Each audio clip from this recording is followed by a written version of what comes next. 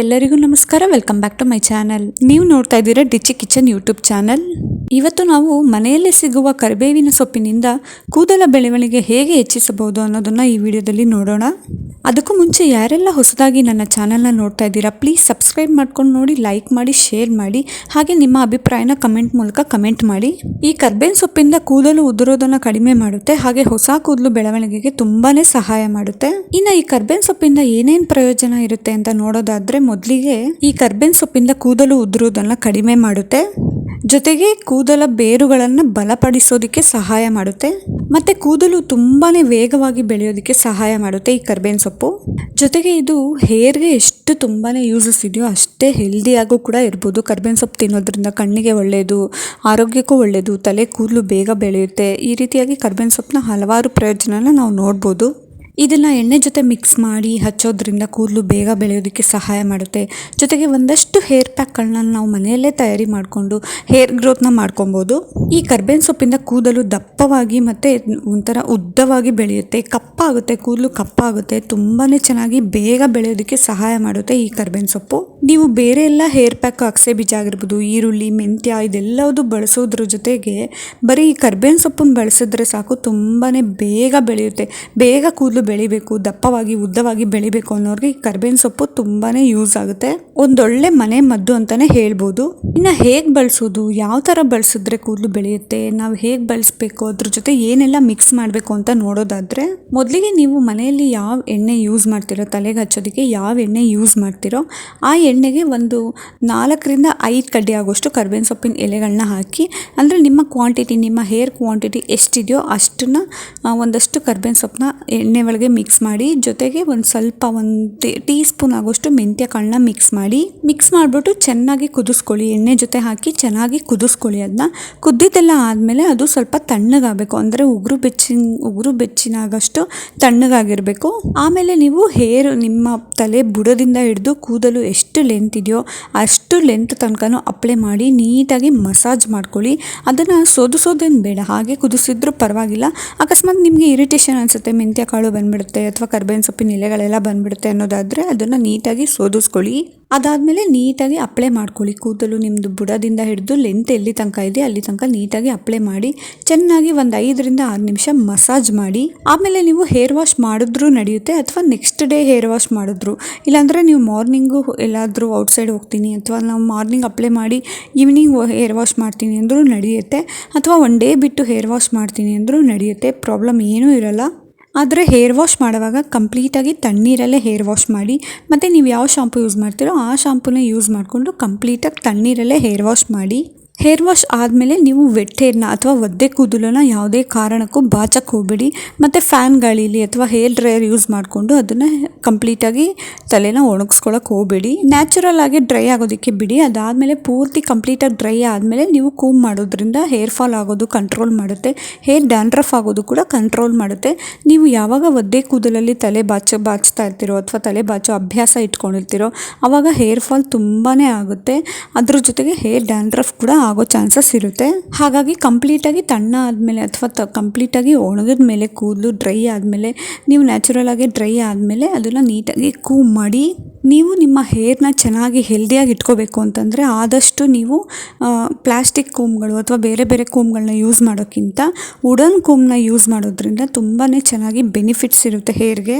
ನಾನು ಈ ಹಿಂದೆ ಒಂದಷ್ಟು ವೀಡಿಯೋಸ್ಗಳಲ್ಲಿ ಹೇಳಿದ್ದೀನಿ ಯಾವ್ಯಾವ ರೀತಿ ಹೇರ್ನ ಕೇರ್ ಮಾಡಬೇಕು, ಕೂಮ್ನ ಯಾವ ರೀತಿ ಯೂಸ್ ಮಾಡಬೇಕು, ಮತ್ತು ಮಲಗೋವಾಗ ಯಾವ ರೀತಿಯಾಗಿ ಹೇರ್ನ ನಾವು ಕೇರ್ ಮಾಡಬೇಕು ಅದ್ರ ಬಗ್ಗೆ ಟಿಪ್ಸ್ಗಳನ್ನ ಕೊಟ್ಟಿದ್ದೀನಿ. ಇನ್ನು ಯಾರೆಲ್ಲ ನನ್ನ ಚಾನಲ್ನ ನೋಡಿಲ್ಲ, ಒಂದ್ಸತಿ ಫ್ರೀ ಇದ್ದಾಗ ನನ್ನ ಚಾನಲ್ನ ನೋಡಿ. ಇನ್ನು ನೆಕ್ಸ್ಟು ಈ ಕರಿಬೇವಿನ ಸೊಪ್ಪಿಂದ ಒಂದಷ್ಟು ಹೇರ್ ಪ್ಯಾಕ್ಗಳ ಬಗ್ಗೆ ಹೇಳೋದಾದರೆ, ಮೊದಲನೇ ಹೇರ್ ಪ್ಯಾಕು, ನಿಮ್ಮ ಕೈಯಲ್ಲಿ 1 ಹಿಡಿ ಆಗೋಷ್ಟು ಕರಿಬೇವಿನ ಸೊಪ್ಪನ್ನ ತೊಗೊಂಡು ಅದನ್ನು ನೀಟಾಗಿ ಪೇಸ್ಟ್ ಮಾಡಿ, ಆ ಪೇಸ್ಟನ್ನು 1-2 ಟೇಬಲ್ ಸ್ಪೂನ್ ಆಗೋಷ್ಟು ತೆಂಗಿನ ಎಣ್ಣೆ ಅಥವಾ ಕೊಬ್ಬರಿ ಎಣ್ಣೆ ಜೊತೆ ಸೇರಿಸ್ಕೊಂಡು ಅದನ್ನು ನೀಟಾಗಿ ಕಲಿಸ್ಕೊಳ್ಳಿ. ಅದಾದಮೇಲೆ ನಿಮ್ಮ ಹೇರ್ಗೆ ಅಪ್ಲೈ ಮಾಡಿ, ಬುಡದಿಂದ ಹಿಡಿದು ತಲೆ ಕೂದಲು ಎಷ್ಟು ಲೆಂತ್ ಇದೆಯೋ ಅಲ್ಲಿ ತನಕ ಅಪ್ಲೈ ಮಾಡಿದ್ದಾದಮೇಲೆ ಒಂದು 30 ಮಿನಿಟ್ಸ್ ಬಿಟ್ಟು ನೀವು ಹೇರ್ ವಾಶ್ ಮಾಡಿ. ಕಂಪ್ಲೀಟಾಗಿ ತಣ್ಣೀರಲ್ಲೇ ಹೇರ್ ವಾಶ್ ಮಾಡಬೇಕು, ನಾನು ಮೊದಲೇ ಹೇಳಿದಾಗೆ. ಹೇರ್ ವಾಶ್ ಮಾಡಿ ಅದಾದಮೇಲೆ ಡ್ರೈ ಆಗೋದಕ್ಕೆ ಬಿಡಿ. ಇದರಿಂದ ಕೂದಲು ಬೇಗ ಬೆಳೆಯೋದಕ್ಕೆ ಸಹಾಯ ಮಾಡುತ್ತೆ ಮತ್ತು ದಪ್ಪ ಆಗೋದಕ್ಕೂ ಸಹಾಯ ಮಾಡುತ್ತೆ. ಇನ್ನು ಎರಡನೇ ಹೇರ್ ಪ್ಯಾಕ್ ನೋಡೋದಾದರೆ ಒಂದಿಡಿ ಕರ್ಬೇವಿನ ಸೊಪ್ಪಿಗೆ 2 ಟೇಬಲ್ ಸ್ಪೂನ್ ಆಗೋಷ್ಟು ಮೊಸರನ್ನ ಸೇರಿಸಿ ಅದೆರಡನ್ನೂ ನೀಟಾಗಿ ಪೇಸ್ಟ್ ಮಾಡ್ಕೊಳ್ಳಿ. ಅಂದರೆ ತುಂಬ ನೀರಂಗಲ್ಲ, ಸ್ವಲ್ಪ ಗಟ್ಟಿಯಾಗಿ ನೀಟಾಗಿ ಪೇಸ್ಟ್ ಮಾಡ್ಕೊಳ್ಳಿ. ಆ ಪೇಸ್ಟನ್ನು ನಿಮ್ಮ ಹೇರ್ಗೆ ಅಪ್ಲೈ ಮಾಡಿ ಒಂದು 30 ನಿಮಿಷ ಆ್ಯಸ್ ಯೂಶುವಲ್ ಒಂದು 30 ನಿಮಿಷ ಬಿಟ್ಟು ಒಣಗಿದೆಲ್ಲ ಆದಮೇಲೆ ನೀಟಾಗಿ ಕಂಪ್ಲೀಟಾಗಿ ತಣ್ಣೀರಲ್ಲೇ ಹೇರ್ ವಾಶ್ ಮಾಡಿ. ಇದರಿಂದನೂ ಕೂಡ ಕೂದಲುಗೆ ತುಂಬ ಹೆಲ್ದಿ ಆಗಿರುತ್ತೆ. ಹಾಗೆ ಕೂದಲು ತುಂಬ ವೇಗವಾಗಿ ದಪ್ಪವಾಗಿ ಬೆಳೆಯೋದಕ್ಕೆ ಸಹಾಯ ಮಾಡುತ್ತೆ. ಈ ಹೇರ್ ಪ್ಯಾಕ್ಗಳೆಲ್ಲ ಆಲ್ಮೋಸ್ಟ್ ವಾರಕ್ಕೆ 1-2 ಸತಿನಾದರೂ ನೀವು ಅಪ್ಲೈ ಮಾಡ್ತಾ ಬನ್ನಿ. ಕಂಪ್ಲೀಟಾಗಿ ಒಂದು 3 ತಿಂಗಳಲ್ಲೇ ನಿಮಗೆ ರಿಸಲ್ಟು ಗೊತ್ತಾಗುತ್ತೆ. ಇನ್ನು ಇದ್ರ ಜೊತೆಗೆ 3ನೇ ಹೇರ್ ಪ್ಯಾಕ್ ಹೇಳೋದಾದರೆ ಮಾಮೂಲಿ ಒಂದು ಹಿಡಿ ಕರ್ಬೇವಿನ ಸೊಪ್ಪಿಗೆ 1 ಟೇಬಲ್ ಸ್ಪೂನ್ ಆಗೋಷ್ಟು ಮೆಂತ್ಯ ಕಾಳನ್ನ ಸೇರಿಸ್ಕೊಳ್ಳಿ. ಅದನ್ನು ಕೂಡ ನೀಟಾಗಿ ನುಣ್ಣಗೆ ಪೇಸ್ಟ್ ಮಾಡಿಕೊಂಡು ಅದನ್ನು ಹೇರ್ಗೆ ಅಪ್ಲೈ ಮಾಡಿದಾದ್ಮೇಲೆ 30 ಮಿನಿಟ್ಸ್ ಬಿಟ್ಟು ನಿಮಗೆ ಗೊತ್ತಾಗುತ್ತೆ ಅದು ಡ್ರೈನೆಸ್ಸು. 30 ಮಿನಿಟ್ಸ್ ಬಿಟ್ಟು ಅದಾದಮೇಲೆ ಹೇರ್ ವಾಶ್ ಮಾಡಿ. ಇದರಿಂದಲೂ ಕೂಡ ಕೂದಲು ಬೇಗ ಬೆಳೆಯೋದಕ್ಕೆ, ದಪ್ಪ ಆಗೋದಕ್ಕೆ ಮತ್ತು ಕಪ್ಪಾಗೋದಕ್ಕೆ ಸಹಾಯ ಮಾಡುತ್ತೆ. ಇನ್ನು ಇದ್ರ ಜೊತೆಗೆ ನೀವು ಕರ್ಬೇವಿನ ಸೊಪ್ಪನ್ನ ಒಂದು ಹಿಡಿ ತೊಗೊಂಡು ನೀಟಾಗಿ ಪೇಸ್ಟ್ ಮಾಡ್ಕೊಳ್ಳಿ. ಅದಕ್ಕೆ ಮೊಟ್ಟೆ ಇರುತ್ತಲ್ಲ, ಮೊಟ್ಟೆನ ಹೊಡೆದು ನೀಟಾಗಿ ಮಿಕ್ಸ್ ಮಾಡ್ಕೊಳ್ಳಿ. 1 ಮೊಟ್ಟೆ ಸಾಕಾಗುತ್ತೆ ನಿಮಗೆ, 1 ಹಿಡಿ ಕರ್ಬೇವಿನ ಸೊಪ್ಪಿಗೆ 1 ಮೊಟ್ಟೆ ಸಾಕಾಗುತ್ತೆ. ಅದನ್ನು ಮಿಕ್ಸ್ ಮಾಡಿಕೊಂಡು ಇದನ್ನು ಹೇರ್ ಪ್ಯಾಕ್ ಆಗಿ ಬಳಸೋದ್ರಿಂದ ನಿಮ್ಮ ಕೂದಲು ತುಂಬ ಶೈನಿಯಾಗಿರುತ್ತೆ. ಈ ಥರ ನೀವು ಸುಮಾರು ಹೇರ್ ಪ್ಯಾಕ್ಗಳನ್ನ ಮನೆಯಲ್ಲೇ ಮಾಡಿಕೊಂಡು ಕರ್ಬೇವಿನ ಸೊಪ್ಪಿನ ಜೊತೆ ಹೇರ್ ಪ್ಯಾಕ್ಗಳನ್ನ ಮನೆಯಲ್ಲೇ ಮಾಡಿಕೊಂಡು ಹೇರ್ಗೆ ಅಪ್ಲೈ ಮಾಡೋದ್ರಿಂದ ತುಂಬ ಕೂದಲು ದಪ್ಪವಾಗಿ ಉದ್ದವಾಗಿ ಬೆಳೆಯೋದಕ್ಕೆ ಸ್ಟಾರ್ಟ್ ಆಗುತ್ತೆ ಮತ್ತು ಕಪ್ಪು ಕೂದಲು ಆಗೋದಕ್ಕೂ ಕೂಡ ನಿಮಗೆ ಸಹಾಯ ಮಾಡುತ್ತೆ. ಇನ್ನು ಹೇರ್ ಡ್ಯಾಂಡ್ರಫ್ ಇರೋರಿಗೆ, ತುಂಬಾ ಡ್ಯಾಂಡ್ರಫ್, ಎಲ್ಲ ಕಡೆ ತೋರಿಸೋದು ಡ್ಯಾಂಡ್ರಫ್ ಕಮ್ಮಿನೇ ಆಗ್ತಿಲ್ಲ ಅನ್ನೋರಿಗೆ ಇನ್ನೂ ಒಂದು ಹೇರ್ ಪ್ಯಾಕ್ನ ನೀವು ಮನೆಯಲ್ಲೇ ಮಾಡ್ಕೊಬೋದು.